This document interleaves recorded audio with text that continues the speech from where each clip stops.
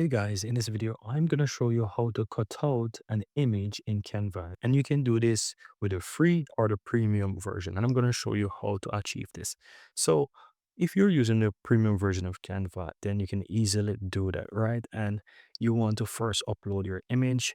If that image is on your PC, so you can click find the upload on the left hand side and just simply click and upload files, and you can find the file on your PC and you can upload it. So let's say it was this image here. I can upload the image, and once the image is added, I will just click on it and it's going to be added to my canvas here. And now if you're using the premium version, all you have to do is simply click on BG remove right here, and it's going to remove the background for you.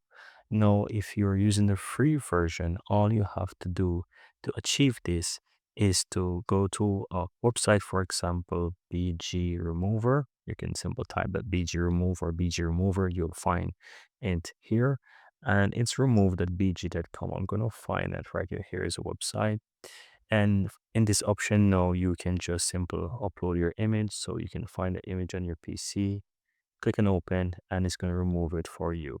There's a limit to it as well, but it's pretty good. So once you're downloading your image, the free version of this gives you like the preview style of, you can see 440 by 560. So depending on whichever image that you upload, you will get kind of different size, but it's still pretty good.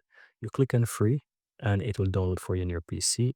And so let me show you. You can have it here on your PC without the background. And so from this now, you can just go back to Canva afterwards, click on upload, choose from your computer here and upload the image without the background. So you'll be able to quickly upload that right into Canva.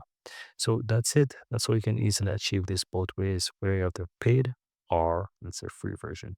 Thank you guys for watching and see you in the next video.